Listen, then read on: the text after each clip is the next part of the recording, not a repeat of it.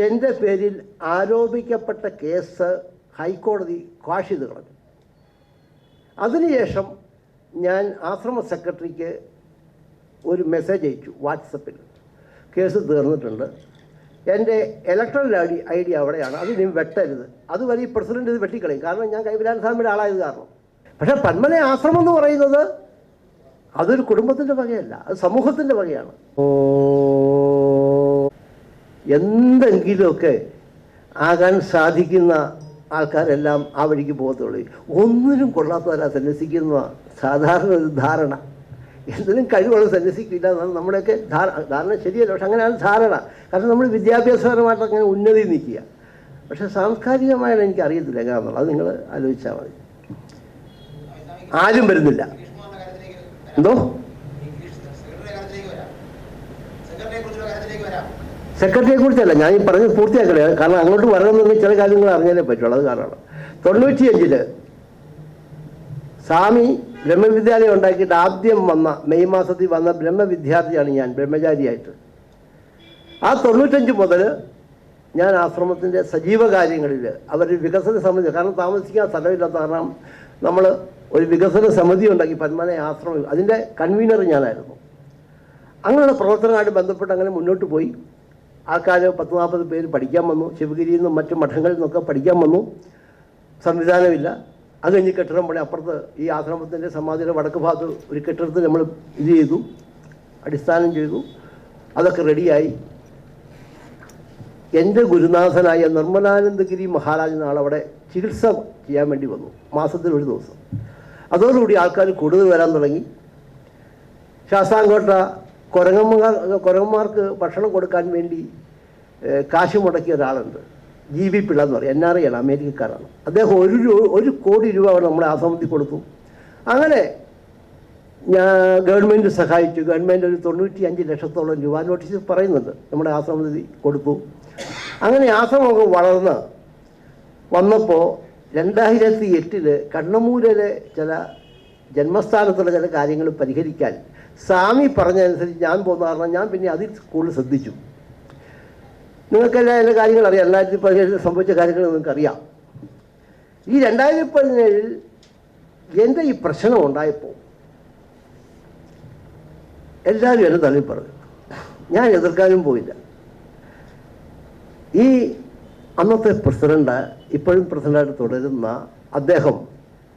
അദ്ദേഹത്തിൻ്റെ മകനെ ട്രസ്റ്റിലെടുക്കണമെന്നും പറഞ്ഞുള്ള അഭിപ്രായ വ്യത്യാസത്തിൽ അവിടെ അന്നേരം ഈ ഇന്ന് കാണുന്ന സകലവിധ അവിടെ കാണുന്ന എന്തിൻ്റെയും അടിസ്ഥാനം വിട്ടതും പ്രവർത്തിച്ചതും കൈകാര്യം ചെയ്തൊക്കെ കൈവിലാൻ സ്വാമികളാണ്.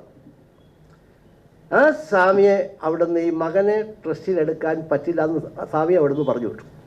സ്വാമി പറഞ്ഞു വിടുന്നതിന് മുമ്പ് സ്ഥലം അങ്ങ് പോയി, ഇറങ്ങിപ്പോയി, ഒന്നുമില്ല, ഇറങ്ങിപ്പോയി. സ്വാമി ഇപ്പോഴും ശിവഗിരിയിലും മാതാ അമൃതാനന്ദമായി മഠത്തിലും പഠിപ്പിക്കുന്നുണ്ട്, ആചാര്യനായിട്ട്. അവരെല്ലാം സൗകര്യം ചെയ്ത് കൊടുക്കുന്നുണ്ട്. സ്വാമിയത്തോളം പഠിപ്പിക്കാൻ അറിയാവുന്ന ഒരു സന്യാസി ഇന്ന് കേരളത്തിലില്ല.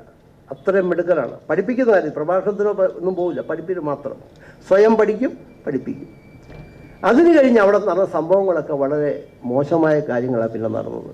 ഇന്ന് അവിടെ ശമ്പളം പോലും കൊടുക്കാൻ വയ്യാത്ത രീതിയിൽ സാമ്പത്തിക പ്രശ്നങ്ങളുണ്ട്. 2018 മാർച്ച് മാസം 18-ാം തീയതി 2026 മാർച്ച് മാസം 18-ാം തീയതി എൻ്റെ പേരിൽ ആരോപിക്കപ്പെട്ട കേസ് ഹൈക്കോടതി ക്വാഷ് ചെയ്ത് കളഞ്ഞു. അതിനുശേഷം ഞാൻ ആശ്രമ സെക്രട്ടറിക്ക് ഒരു മെസ്സേജ് അയച്ചു വാട്സപ്പിൽ. കേസ് തീർന്നിട്ടുണ്ട്, എൻ്റെ ഇലക്ട്രൽ ഐ ഡി അവിടെയാണ്, അത് നീ വെട്ടരുത്, അതുവരെ ഈ പ്രസിഡന്റ് ഇത് വെട്ടിക്കളയും, കാരണം ഞാൻ കൈവിലാൻ സ്വാമിയുടെ ആളായത് കാരണം. ഇനിയും വെട്ടരുത്, എനിക്ക് അത്യാവശ്യം ബന്ധങ്ങളൊക്കെ ആയതുകൊണ്ട് കേസൊക്കെ തീർന്നതാണ് എന്ന് പ്രസിഡന്റിനോട് പറയാൻ പറഞ്ഞു. അതിനുശേഷം ഞാൻ സമാധിക്ക് സെക്രട്ടറി പറഞ്ഞനുസരിച്ച് സമാധിക്ക് വന്നു. ഈ സമാധി വന്നപ്പോൾ ഈ നമ്മുടെ പ്രസിഡന്റ് പറയുകയാണ്, അവിടെ ഹരിസ്വാമി എന്ന് അദ്ദേഹം വിളിക്കുന്നത്, വേറെ ആളോട് നേരിട്ട് പറയില്ല, വേറെ ആളോട് പറഞ്ഞു, ഹരിസ്വാമി അവിടെ തൊഴുതു പൊക്കോണം, താമസിക്കാൻ പാടില്ല. കൈവല്യാനന്ദ സ്വാമി പണിത കെട്ടിടത്തിൽ കൈവല്യാനന്ദ സ്വാമിയും ഈ ഡോക്ടർ ഗോപകുമാറും സർക്കാരും എല്ലാം പണിത കെട്ടിടത്തിൽ ഇരുന്ന് സ്വാമിയെ പറയുന്ന മോശങ്ങൾക്ക് ഒരു കണക്കുമില്ല. കൈവല്യാനന്ദ എന്നേ പറയുള്ളൂ, സ്വാമി എന്ന് പറയില്ല.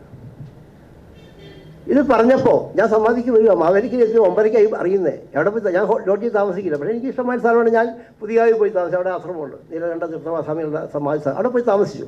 ഞാൻ പ്രശ്നം ഉണ്ടാക്കാൻ നിന്നില്ല. പ്രശ്നം ഉണ്ടാക്കാൻ എന്നെപ്പോലെ അറിയാവുന്ന ഒരു സന്യാസി കേരളത്തിൽ തൊട്ടിയില്ലതാണ്. പക്ഷേ ഞാൻ ഒന്നും ഉണ്ടാക്കാൻ പോയി. സമാധി സ്ഥാനമല്ലേ. ഇപ്പം കണ്ണമൂലത്തെ സമാധിയൊന്നുമല്ല, എന്തും കാണിക്കാം. പക്ഷേ ആശ്രമത്തിൽ അതൊന്നും പറ്റില്ല. അഹിംസ വ്രതനിഷ്ഠനാണ് ചട്ടമ്പി സ്വാമി തിരുവടികൾ.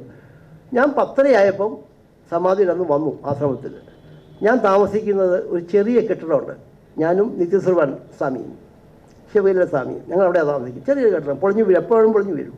പുന്നയ്ക്കൽ ഭവൻ എന്നതിൻ്റെ പേര്. അവിടെ ഇരുന്ന് ഉച്ചയ്ക്ക് അവിടെ 10:30 വന്നു. ഞാൻ പുറത്തോട്ടേ ഇറങ്ങിയില്ല. കാരണം എന്നെ ഒത്തിരി പേര് വലിച്ചില്ല. വല്ലതും ചോദിച്ചു കഴിഞ്ഞാൽ എൻ്റെ ഭാഗ്യം മനുഷ്യൻ്റെ അബദ്ധം വന്നാൽ ഞാൻ പുറത്തോട്ടേ ഇറങ്ങി. അവിടെ ഇരുന്ന് ഞാൻ അങ്ങനെയാണ്.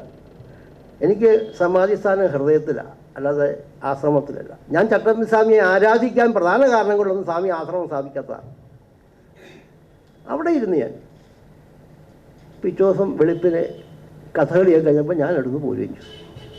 ഞാൻ നേരെ ഒരു വക്കീലിനെ കണ്ട് ഈ ട്രസ്റ്റിനെ ഡീഡ് അങ്ങോട്ട് കൊടുത്തിട്ട് പറഞ്ഞു പഠിക്കാൻ പറഞ്ഞു.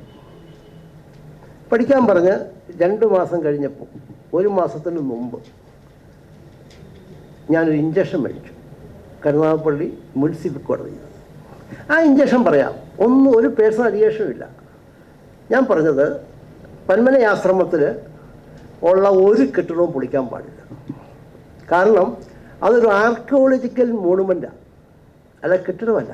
ഇപ്പം നമുക്കറിയാം 1 ഗ്രാം സ്വർണ്ണത്തിന് ഇപ്പോൾ 1 ലക്ഷം വരെയാണെങ്കിൽ പപ്പനാവൻ്റെ സ്വർണ്ണത്തിന് 1 കോടിയാണ് ഒരു വില. കാരണം അതൊരു ആർക്കിയോളജിക്കൽ വാല്യൂയാണ്, അത് വേറൊന്നിനും കിട്ടില്ല.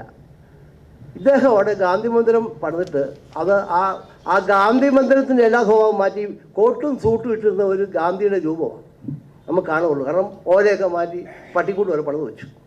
അതിനെല്ലാവരും ചെയ്തു. പക്ഷേ ഇദ്ദേഹത്തിൻ്റെ ഏകാധിപത്യം ആര് പറഞ്ഞാലും കേൾക്കില്ല. 36 വർഷമായി അദ്ദേഹം പ്രസിഡൻ്റായി ഇരിക്കാൻ തുടങ്ങിയിട്ട് 3 വർഷം കൂടുമ്പോൾ പൊതുയോഗം വിളിച്ച് തെരഞ്ഞെടുപ്പ് നടത്തണം. ഇന്ന് വരെ നടത്തിയിട്ടില്ല.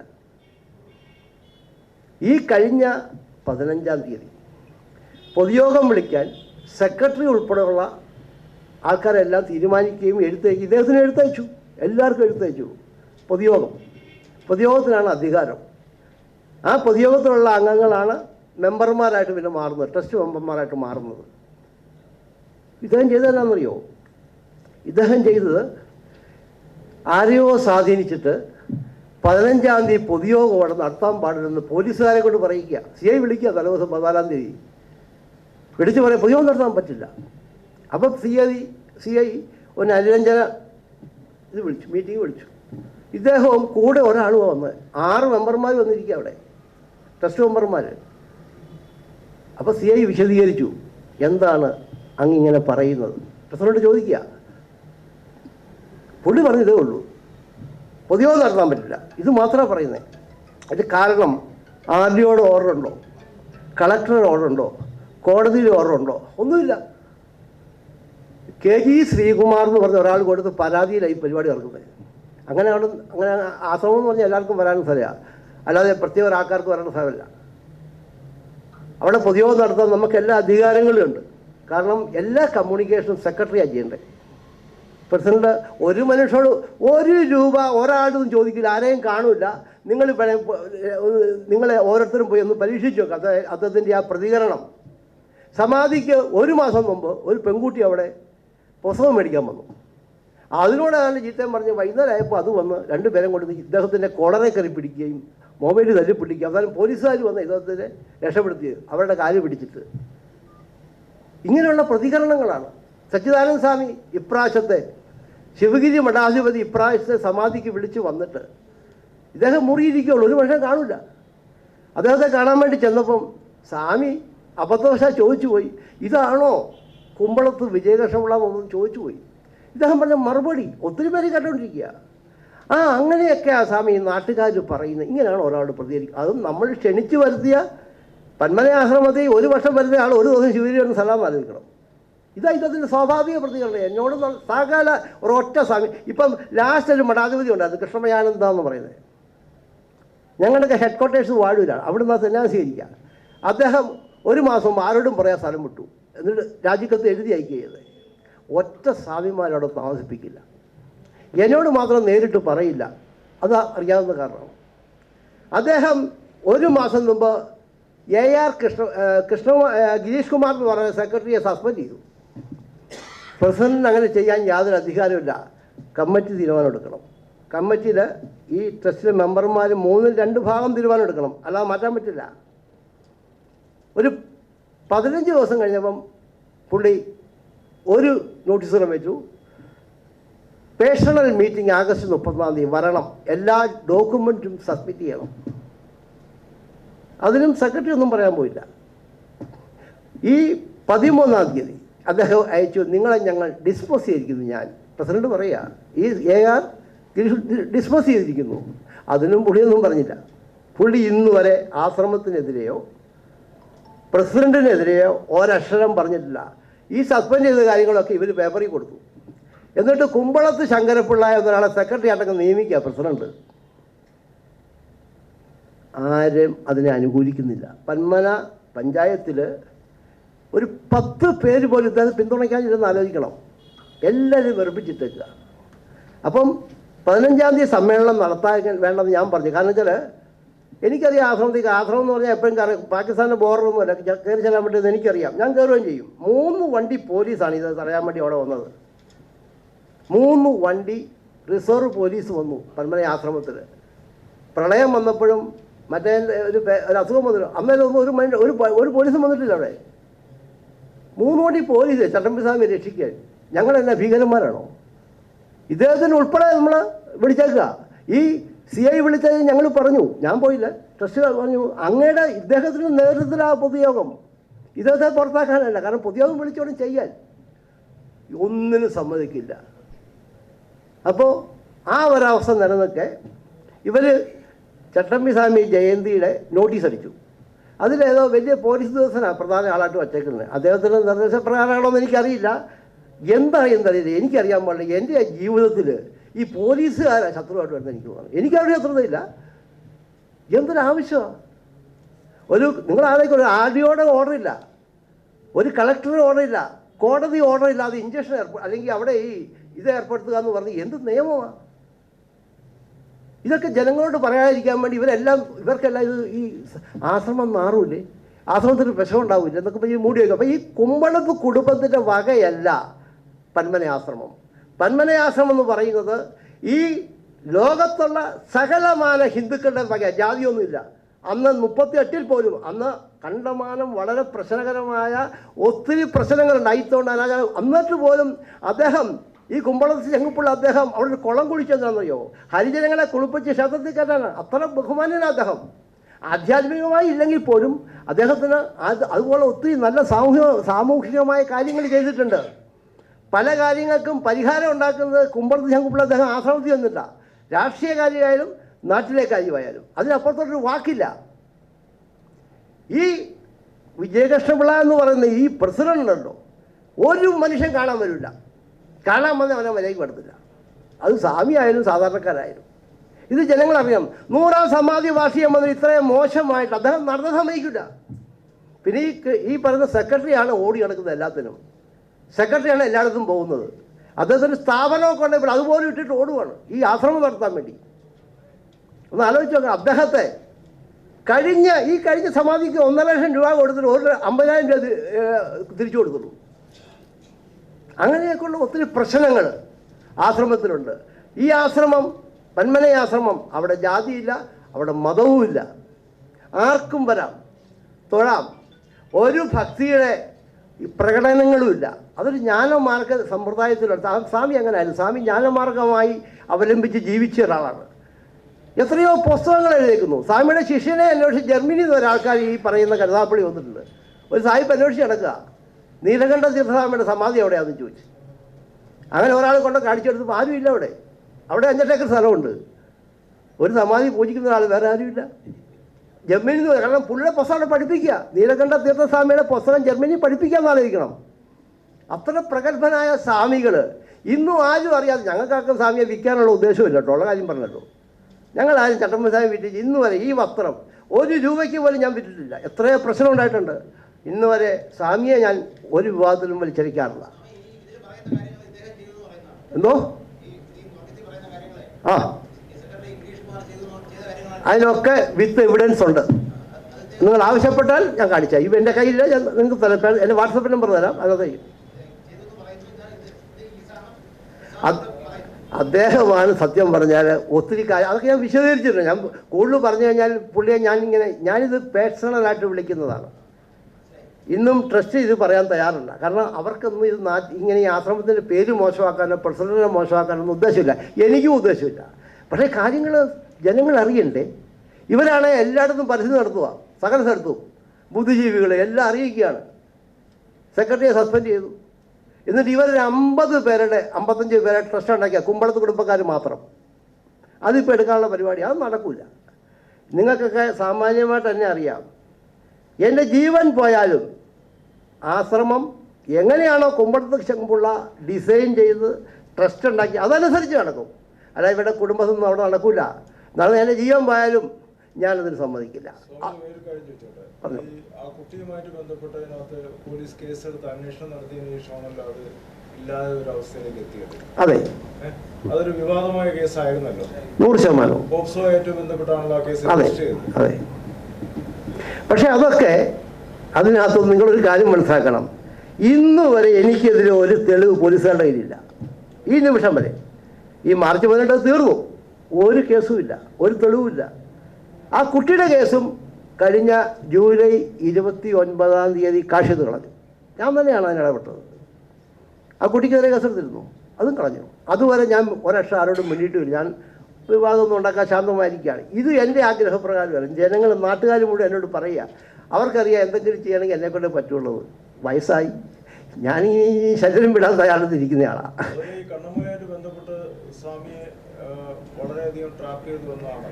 100%. അതൊക്കെ മാധ്യമങ്ങൾ തന്നെ. ഇപ്പം നമുക്കറിയാം ഏഷ്യാനിലെ ബിനുവാണ് ആദ്യം വളരെ ഉള്ള ആരും പറയുന്ന ആളാണ്. എല്ലാം അറിഞ്ഞിട്ട് എന്നോട് പറയുന്നത്. അത് കഴിഞ്ഞിട്ട് ആ ബിനു തന്നെ എന്നെ വിളിച്ച് 2022 ഫെബ്രുവരി മാസം 21-ാം തീയതി അന്ന് നമ്മുടെ KPC ലളിത ശരീരം പെട്ട ദിവസമായിട്ട് പോലും എന്നെ വിളിച്ച് വരണമെന്ന് പറഞ്ഞു. അന്ന് സർക്കാർ കൊടുത്ത് ഞാൻ നിരപരാധി. അന്ന് കോടതിയിൽ സത്യവാങ്മൂലം ബിനുവിനെ എന്നെ എഴുതിക്കൊണ്ട് പറഞ്ഞു ഞാൻ നിരപരാധിയാണ്. പക്ഷേ ഞാൻ ആർക്കെതിരെയും ഒരു മാധ്യമപ്രവർത്തകൻ്റെയും ഒരു പോലീസുകാർക്കെതിരെ ഞാനൊരു പരാതി കൊടുക്കുകയോ പ്രതികരിക്കുകയോ ചെയ്തിട്ട് ഞാൻ മാറിപ്പോവുള്ളൂ. അപ്പം നിങ്ങൾ ഈ സത്യം ജനങ്ങളെ അറിയിക്കണം. നമ്മൾ ഈ കുമ്പളം കുടുംബക്കാർക്ക് എതിരല്ല ഞാൻ.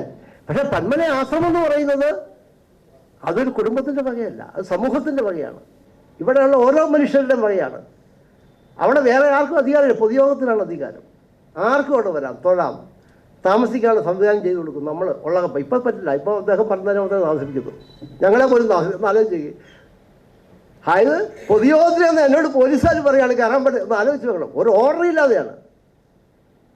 ഞാൻ പിന്നെ ഈ ചട്ടമ്പിസ്വാമി ഒരു അഹിംസാവാദിയാണ്. അതിനകത്ത് കയറി പ്രശ്നം ഉണ്ടാക്കില്ല. ഇനി എന്ത് വിഷയങ്ങളും ഉണ്ടാക്കില്ല. അത് കാരണം ഞാൻ ശാന്തമായിട്ട് അതിനെ നേരിടുകയും അന്ന് അതിന് കാരണം ഈ പ്രേമേന്ദ്രൻ എന്ന് പറയുന്ന നമ്മുടെ MP അദ്ദേഹവും നമ്മുടെ ഷിബു ബേബി ജോൺ എന്ന് പറയുന്ന മന്ത്രി അദ്ദേഹവും പറഞ്ഞ് കയറരുത്, പ്രശ്നം ഉണ്ടാക്കരുത്, ഒരു ദിവസം ക്ഷമിക്കണമെന്ന് പറഞ്ഞ കാരണം മാത്രം അടങ്ങിയിരുന്നതാണ്. അല്ല ഞാൻ കയറും. ഞാൻ ഒരു 10-15 പേര് വന്നൊരു ഇപ്പോഴും എന്നെ ചെയ്യാൻ പറ്റുമെന്ന് ഞാൻ വിശ്വസിക്കുന്നില്ല. ചിലപ്പോൾ നടക്കുമായിരിക്കും. എന്നെക്കാളും മിടുക്കന്മാർ ഒത്തിരി ഉണ്ടല്ലോ. പെട്ടെന്നൊന്നും തന്നെ നിൽക്കാൻ പറ്റത്തില്ല. പോലീസൊന്നും എനിക്കൊരു പ്രശ്നമില്ല. വെടിച്ചു വന്നോട്ടെ, അല്ല അറസ്റ്റ് ചെയ്തോട്ടെ, ഒരു വിരോധമില്ല. ഒരു പ്രാവശ്യം അറസ്റ്റ് ചെയ്താൽ അനുഭവിച്ചുകൊണ്ടിരിക്കും ഇപ്പോൾ എല്ലാവരും. അപ്പം അത് കാരണം ഈ സത്യം, ഈ പന്മന ആശ്രമം എന്ന് പറയുന്നത് ഈ ലോകത്തുള്ള സകല ഹിന്ദുക്കളുടെ വകയാണെന്ന് നിങ്ങളെല്ലാവരും പറയണം. എന്നെക്കുറിച്ചൊന്നും പറയണ്ട. അല്ലാതെ ഇതൊരു കുടുംബത്തിൻ്റെ വകയോ ഏതെങ്കിലും സംഘടനയുടെ വകയോ ഒന്നുമല്ല. ആർക്കും അവിടെ ഇപ്പം മതപരമായ ഒരു സാധനവും ഇല്ല. എത്രയോ മുസ്ലിങ്ങൾ അവിടെ ഒന്ന് കാശ് കൊടുത്തിട്ട് പോകുന്നു. അവിടെ ഒരു പച്ചക്കറി കടക്കാരുണ്ട്, ഹോൾസെയിൽ. അദ്ദേഹം സമാധിക്ക് നമ്മൾ എന്തും മേടിച്ചാലും ഒരു വിസ മേടിക്കില്ല.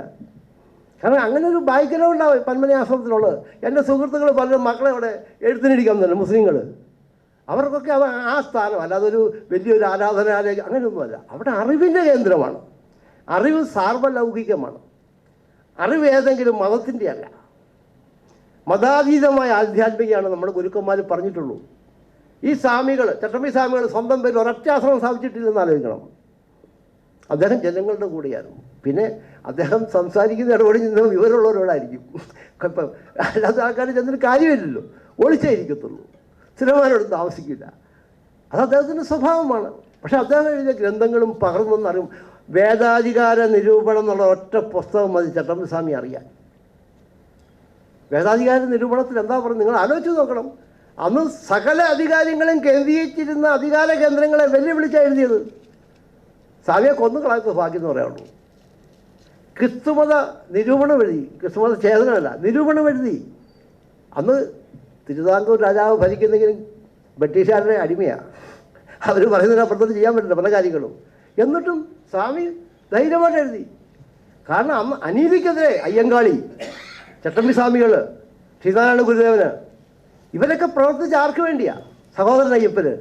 അവരൊക്കെ ജാതിക്ക് വേണ്ടിയല്ല പ്രവർത്തിച്ചത്, അവരൊക്കെ പ്രവർത്തിച്ചത് സമൂഹത്തിൽ മനുഷ്യനായിട്ട് കാണാം മനുഷ്യനെ, ഇവരെല്ലാവരും. അപ്പം അങ്ങനെയുള്ള ആ സ്വാമികളുടെ സമാധിസ്ഥാനം അത് സമൂഹത്തിൻ്റെ ആയിരിക്കണം, പ്രപഞ്ചത്തിൻ്റെ ആയിരിക്കണം, എല്ലാവർക്കും അവകാശപ്പെടും. ഇതാണ് ഞങ്ങളുടെ നിലപാട്. അവിടെ ഏതെങ്കിലും കുടുംബത്തിനോ സംഘടനകൾക്കൊന്നും ഒരു സ്ഥാനമില്ല.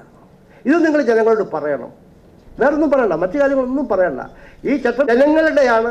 സകലമാന ഹിന്ദു എന്നുള്ള അർത്ഥത്തെ ഇപ്പോൾ ഒത്തിരി തെറ്റിദ്ധരിക്കുന്നുണ്ട്. അന്ന് അത്തരം പ്രശ്നമില്ല. ഇദ്ദേഹം ഇതും അത്തരം പ്രശ്നം അങ്ങനെ സകലമാന ഹിന്ദു അല്ലെങ്കിൽ സകലമാന ഭാരതീയർക്ക് നിങ്ങൾ എഴുതിയാൽ ഈ കുമ്പളസിംഹ പിള്ളത്ത, കാരണം അദ്ദേഹത്തിന് ജാതി മതം എന്നുള്ള ആളല്ല. അപ്പോൾ ഇതൊക്കെ നിങ്ങളൊന്ന് ജനങ്ങളെ അറിയിക്കണം. ഇതാണ് എൻ്റെ വളരെ അതിൽ ഞാൻ പറയുന്നതിനകത്ത് സത്യമുണ്ടെങ്കിൽ മാത്രമേ. ഞാൻ ആ പുസ്തകത്തിൽ എഴുതിയിട്ടുണ്ട്. എന്തെങ്കിലും സംശയം ഉണ്ടെങ്കിൽ എൻ്റെ ഫോൺ നമ്പർ ഞാൻ നോട്ടീസിൽ വെച്ചിട്ടുണ്ട്. ഈ പുസ്തകത്തിനും ഈ നോട്ടീസിനും പൂർണ്ണമായും ഞാൻ മാത്രം ഉത്തരവാദി, ട്രസ്റ്റ് ഉത്തരവാദിയില്ല. പക്ഷേ സത്യമാണ്, അവരുടെ അറിവോടുകൂടിയാണ് ചെയ്തേക്കുന്നത്. സമ്മതം ഞാൻ ആരോടും ചോദിക്കാറില്ല. ഞാൻ സാധാരണ പറയാറുള്ള ആജ്ഞകൾ സ്വീകരിക്കാറില്ല, അഭിപ്രായം ആകാമെന്ന് ഞാൻ പറയാറുള്ളൂ. ഞങ്ങൾ ചട്ടമ്പി സ്വാമിയുടെ ഗുരുക്കന്മാരുടെ ആജ്ഞകളല്ലാതെ ഞാൻ വേറെ ആരും ശ്രദ്ധിക്കാറേയില്ല. അപ്പം നിങ്ങൾ ദയവായി ഈ നല്ല കാര്യങ്ങൾ, ഞാൻ പറഞ്ഞ ഈ നല്ല കാര്യങ്ങൾ എഡിറ്റ് ചെയ്തോളൂ, അത് ജനങ്ങൾ എത്തിക്കണം. എൻ്റെ സ്വകാര്യമായി എന്തെങ്കിലും മോശമുണ്ടെങ്കിൽ നിങ്ങൾ കളഞ്ഞു. എന്തെങ്കിലും എൻ്റെ വായിൽ നിന്ന് വന്നിട്ടുണ്ടെങ്കിൽ ഞാൻ പറഞ്ഞത് സത്യമാണ്. എന്തെങ്കിലും ക്ലാരിഫിക്കേഷൻ വേണമെങ്കിൽ ഞാൻ തയ്യാറാണ്. അധികം സമയം ദീർഘിപ്പിക്കുന്നില്ല. എൻ്റെ ഉദ്ദേശശുദ്ധി മനസ്സിലാക്കി നിങ്ങളിത് ജനങ്ങളിൽ എത്തിക്കണം. നിങ്ങളാണ് ജനങ്ങളിൽ അറിവുകൾ കൊണ്ട് കൊടുക്കുന്നത്. അതിന് നിങ്ങൾ തയ്യാറാകണമെന്ന് മാത്രം പറഞ്ഞുകൊണ്ട് വാക്കുകൾ അവസാനിക്കുന്ന ഒരു കാര്യങ്ങളും പറയാം. ഇദ്ദേഹം സ്വരൂപാനന്ദാശ്രമത്തിലെ ഇപ്പോഴത്തെ അവശേഷിക്കുന്ന ഒരു സന്യാസിയാണ്. മഠാധിപതി വയസ്സായ അവശതായി കിടക്കുക, 96 വയസ്സായി. അവിടെയും ചില പ്രശ്നങ്ങളുണ്ട്. അതിപ്പോൾ ഇതിൻ്റെ കൂടെ പറയുന്നില്ല, അത് നിങ്ങളെ അറിയിക്കും. ഇത്രയും പറഞ്ഞുകൊണ്ട് എൻ്റെ എളിയ വാക്കുകൾ, എന്തെങ്കിലും വാക്ക് അറിയാതെയോ അബദ്ധത്തിലോ അനാവശ്യമായിട്ട് വന്ന് ക്ഷമിക്കണം. നല്ല വാക്കുകൾ ജനങ്ങളിൽ എത്തിക്കണം. ഈ വിവരം നിങ്ങൾ അറിയിക്കണം, അത് നിങ്ങളുടെ ബാധ്യതയാണ്.